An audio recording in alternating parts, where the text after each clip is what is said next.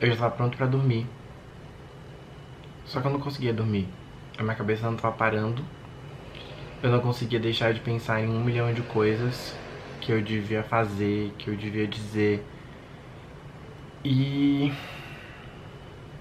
eu achei melhor gravar esse vídeo, porque eu ia conseguir falar tudo que eu achava que eu devia falar, pra quem eu devia falar e como eu devia falar.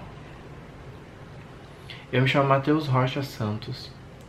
Eu nasci no dia 29 de outubro de 1991, numa cidade chamada Feira de Santana, no interior da Bahia, bem pertinho de Salvador, às 12h30.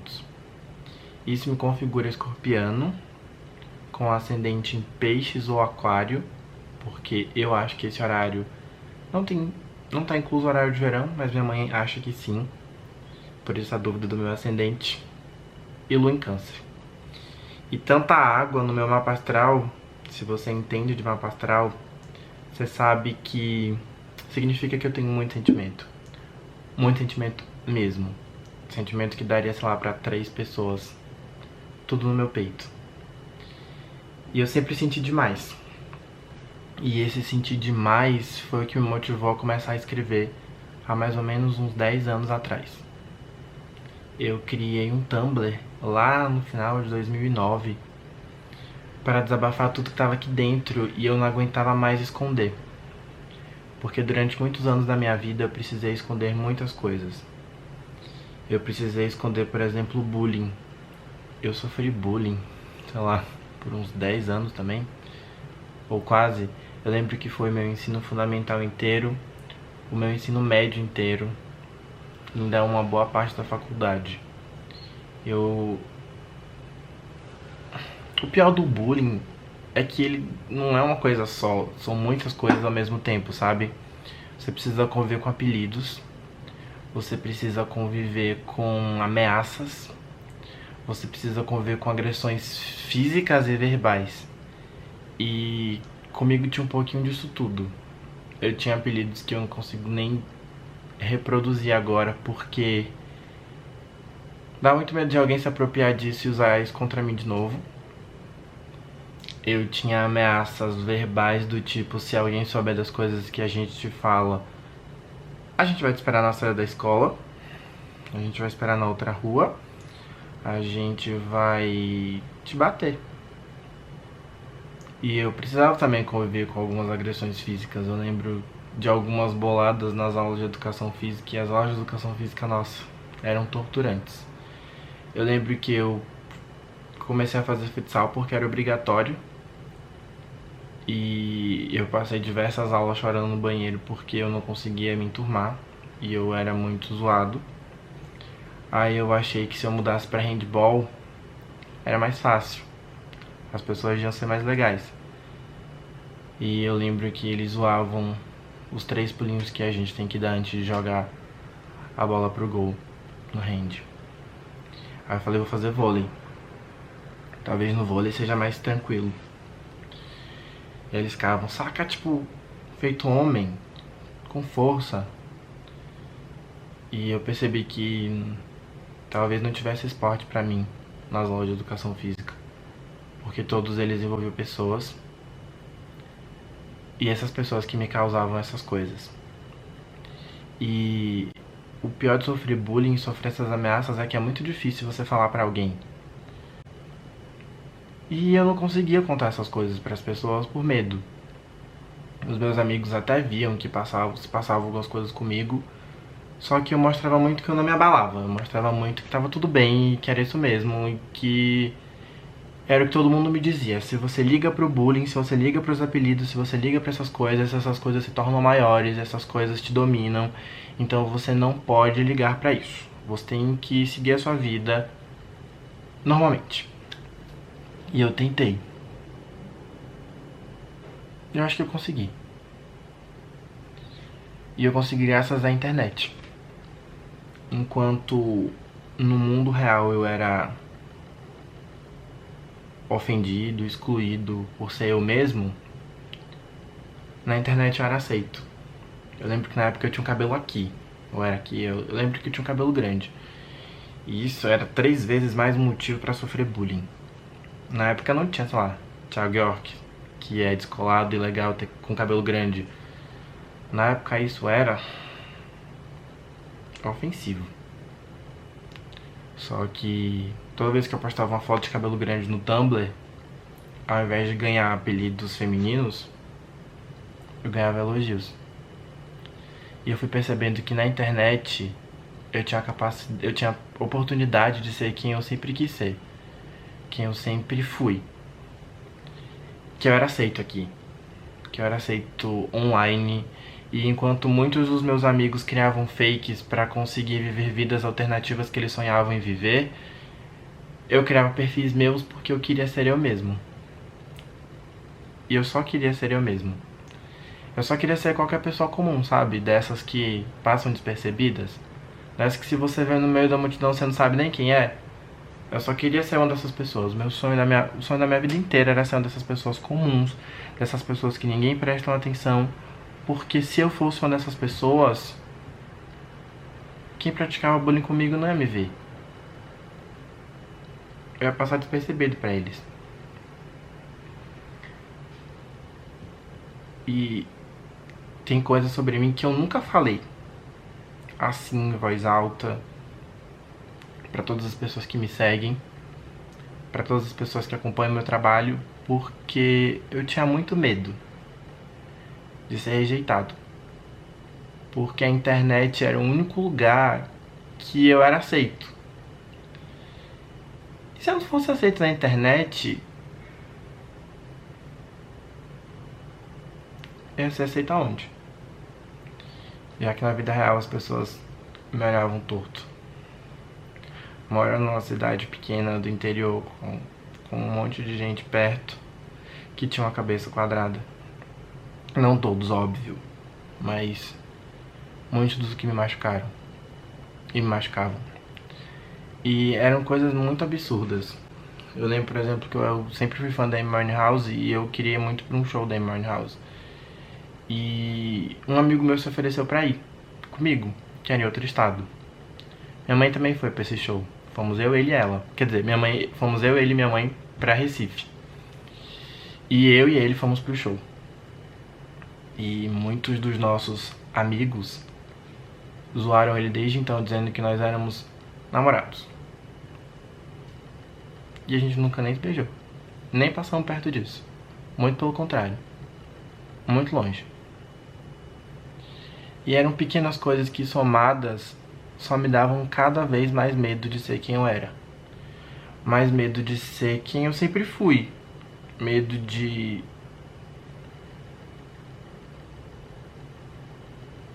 assumir quem eu sempre fui.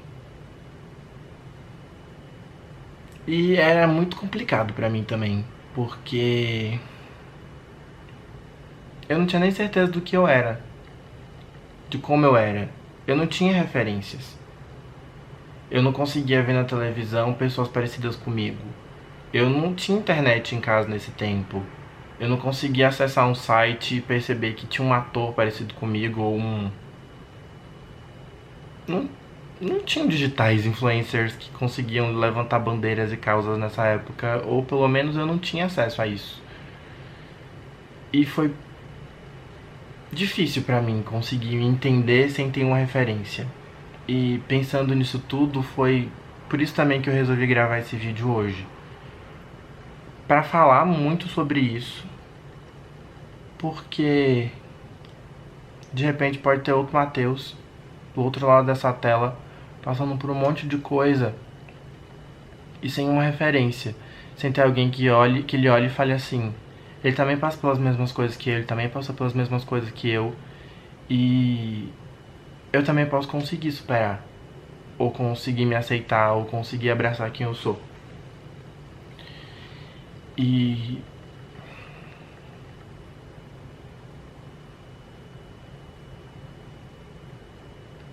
eu fico tentando dar a volta porque, por mais que eu não esconda isso, por mais que eu não omita isso ou deixe de fazer qualquer coisa na vida por isso, eu nunca falei aqui com todas as letras. Eu dei pistas, muitas. Eu dei sinais, mas eu nunca falei. O que eu queria dizer é uma coisa tão simples, mas tão importante pra mim, que eu nem sei se as pessoas vão falar assim, a gente já sabia. Mas mesmo que todo mundo diga que já saiba, é uma coisa que eu considero importante dizer, principalmente por um ato político, principalmente por um ato de libertação, sabe? Eu fui silenciado durante tanto tempo pra não dizer isso, que falar pra mim se tornou muito importante.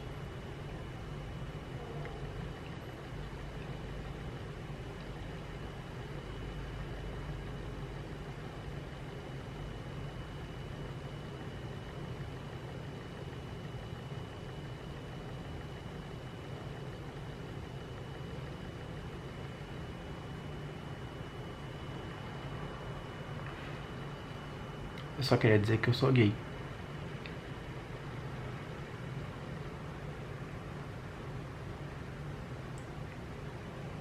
E não é nada demais, né? É a coisa mais normal do mundo. Só que dá tanto medo.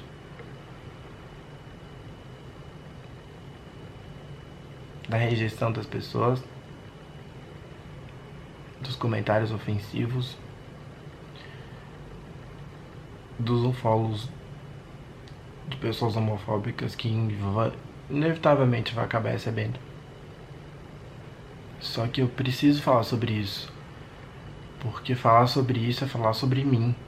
E eu tô muito cansado de silenciar tudo por vontade de agradar. Eu tenho muito uma vontade dentro de mim de agradar as pessoas, e eu percebi que eu precisava olhar pra dentro de mim e agradar a mim. Porque se eu não fizesse isso, eu não tá vivendo. É tá sobrevivendo. E durante esses 10 anos eu falei de amor quase todos os dias aqui. Eu falei sobre ansiedade, eu falei sobre angústias, eu falei sobre sonhos, eu falei sobre vontades. E nenhum dos meus textos, nenhum dos meus livros tinha nada referente a gênero. Nunca tinha ele, nunca tinha ela. Porque eu acho que o amor, ele não tem gênero. Eu acho que o amor, ele é igual pra todo mundo. Então, se você, por exemplo, é homofóbico e me segue e já se identificou com um dos meus textos, você se identificar só mostra que o que eu sinto é igualzinho que tu sente. Só por pessoas diferentes. Isso é normal. É muito bom hoje olhar pra mim e falar que eu sou normal e que eu não tenho nada de demais e que a minha forma de amor é muito bonita. Porque durante muito tempo eu não consegui fazer isso. E eu só consegui fazer isso depois, por exemplo, que eu consegui contar pra minha mãe e que ela me deu todo o apoio do mundo. Isso fez uma diferença enorme. Muito grande mesmo. E eu tinha comentado com ela que eu queria gravar esse vídeo agora em junho, que é o mês do orgulho gay e tudo mais. E eu falei com ela que tava com medo do que as pessoas podiam comentar com ela, da reação das pessoas. Ela falou assim: filha, a gente vai encarar a verdade, e é a sua verdade. E não é algo que você escolheu, é algo que você nasceu. E ver essa força que a minha mãe me deu foi muito importante pra mim. Porque eu acho que ela é a única pessoa no mundo mesmo que de fato eu quero agradar e eu quero dar orgulho. E saber que ela se orgulha de mim é muito bom. Então, tem muita coisa que eu queria dizer. E é muito difícil porque a sociedade é muito preconceituosa de um modo geral, sabe? E ninguém precisa fazer um vídeo como esse, chorando, pra falar que é hétero, com medo de ser rejeitado. E a gente já vê o quanto a sociedade é preconceituosa nesse momento. Que ninguém precisa assumir pra ninguém que é hétero. Você não vê nos jornais ninguém morrendo porque era hétero. Você não vê nos jornais que um casal hétero morreu porque se beijou na rua, porque tava de mãos dadas na rua, porque saiu de uma festa junto. Mas você vê isso sobre os gays, sobre a gente. Você vê casos de homofobia, de pessoas que foram agredidas porque estavam beijando pessoas que elas amavam. E foi por isso que eu resolvi gravar esse vídeo. Porque se eu tenho um canal de comunicação que alcança centenas de pessoas, por que não usar esse espaço para contar a minha história, que é a história de tantas outras pessoas? E por que não me sentir livre no espaço que eu criei para me sentir livre? Mesmo que um monte de gente vá embora, se só ficar quem gostar de mim de verdade, vai ser muito bom. E... nossa, Kira, eu acho que eu ensaiei tanto esse vídeo que na hora de falar tudo que eu queria parece que as palavras somem, sabe? As palavras vão saindo da minha cabeça e vão voando. E eu sofri muito bullying na escola, só pra concluir a história do bullying, porque eles sempre acharam que eu era gay. Eles ficavam me chamando de viado, de viadinho, de outros apelidos mais pesados emocionalmente, porque ele achava que o jeito que eu falava com as pessoas era errado, porque o meu cabelo era errado, porque os meus trejeitos eram errados, porque eu andar rebolando era errado, porque... Nossa, isso me fez lembrar que durante muito tempo eu não conseguia gravar vídeo. Eu não conseguia aparecer em vídeo, porque eles falavam muito da minha voz. Eles falavam que eu tinha uma voz afeminada. E eu queria tanto esconder isso pra parar de sofrer bullying, que eu evitava falar. Você sabe o que é evitar usar a sua voz pra você não ser rejeitado? Eu não conseguia gravar vídeo. E parece tão simples, né? Porque é. Mas a gente vai perdendo direitos e espaços e a espontaneidade porque as pessoas acham que o que é certo é o que elas acham que é certo. E isso me fez lembrar também, por exemplo, que eu namorei durante 3 anos e meio e eu nunca pude andar de mãos dadas na rua. Você sabe o que é namorar durante 3 anos e meio e nunca poder andar de mãos dadas na rua por medo? Se você é hétero, quantas vezes você já andou de mãos dadas com seu namorado ou sua namorada no meio da rua? Tranquilamente. Sem se preocupar com isso. Eu só pude uma vez, durante 3 anos e 6 meses. Que foi dentro do Rock in Rio. Foi um lugar que eu... Nossa, eu me sentia tão seguro ali, que eu sentia, tipo, tem tanta gente parecida com a gente aqui que não tem problema a gente dar as mãos aqui, né? Não vai acontecer nada com a gente aqui. E andar de mãos dadas é uma coisa tão simples, mas que faz tanta falta. E as pessoas tiram isso da gente, porque elas acham que só pela gente ser a gente mesmo, isso ofende. Elas acham que o nosso beijo ofende, elas acham que o nosso carinho ofende, mas é um beijo, é um carinho, é amor, é o sentimento mais puro do mundo. Não tem por que você rejeitar. Mas as pessoas rejeitam. As pessoas ainda dizem que tem nojo. Eu já ouvi isso. E é horrível. Porque você fica procurando defeito em você, porque alguém disse que esse defeito existia. Mas hoje eu consigo ver que eu não tenho defeito nenhum por ser gay. Muito pelo contrário. Eu tenho muito orgulho. Eu tenho muita alegria. Eu agradeço muito a Deus por eu ser gay. Porque muitas das melhores pessoas que eu conheço no mundo são gays. Ou não tem preconceito contra a gente. Eu acho que o preconceito é meio que uma cela que você fica preso ali. E você não... É uma prisão domiciliar. Melhor resumindo. Você ainda tá em casa. Só que você não consegue sair dali porque tem uma coisa que te prende. E você não consegue explorar o mundo. Você não consegue olhar o mundo com a liberdade. Porque o seu preconceito tá ali. Te prendendo. Te enclausurando. E a gente não quer fazer mal a ninguém. A gente só quer amar. A gente só quer ver a nossa vida. A gente só quer andar de mãos dadas na rua. E é tão simples. E eu fiz esse vídeo hoje. E eu tinha jurado pra mim mesmo que não ia chorar. Porque... dá memes lindos você chorando na internet. Mas não consigo. Porque é a primeira vez que eu falo disso. Assim. Em público. Por mais que agora só tenha câmera e eu esteja no meu quarto. Mas uma hora as pessoas vão ver isso. Agora você tá vendo isso.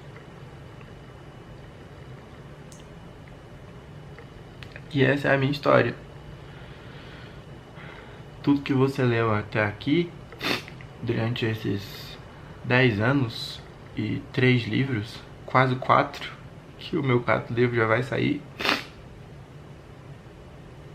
foram histórias de um menino gay do interior da Bahia que sempre quis ser livre para viver seus amores, mas teve muito medo de ser rejeitado.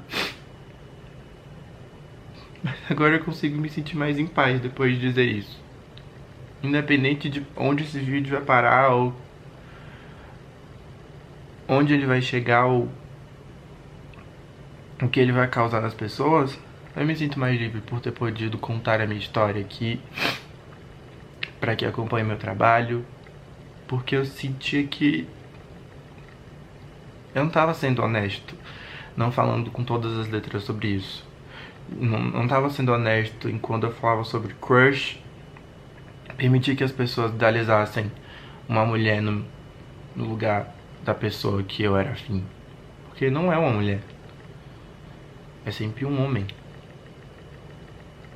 Só que o mais bonito do amor é que, apesar de eu nunca ter dito que era um homem, homens, mulheres, héteros e gays se identificaram. Isso é o mais bonito de tudo. Então, é isso. Eu só queria te contar a minha história. Eu só queria te dizer quem eu sou. E eu espero que, se você não puder me abraçar, tudo bem. Só não precisa me machucar também. E mais uma coisa que eu quero dizer: a gente não escolhe ser gay. A gente nasce. E mesmo que fosse uma escolha, eu ainda escolheria ser gay. Porque hoje e agora eu tenho um orgulho enorme de ser quem eu sou, do jeito que eu sou. E eu não mudaria absolutamente nada em mim. Eu me amo do jeito que eu sou. Levou muito tempo para eu conseguir dizer isso. Levou muito tempo para eu conseguir aceitar isso. Mas eu consegui. E eu me amo do jeito que eu sou. Muito viado mesmo. E vamos ser viado pra sempre, porque ser viado é muito bom. Graças a Deus por isso. Obrigado. É isso.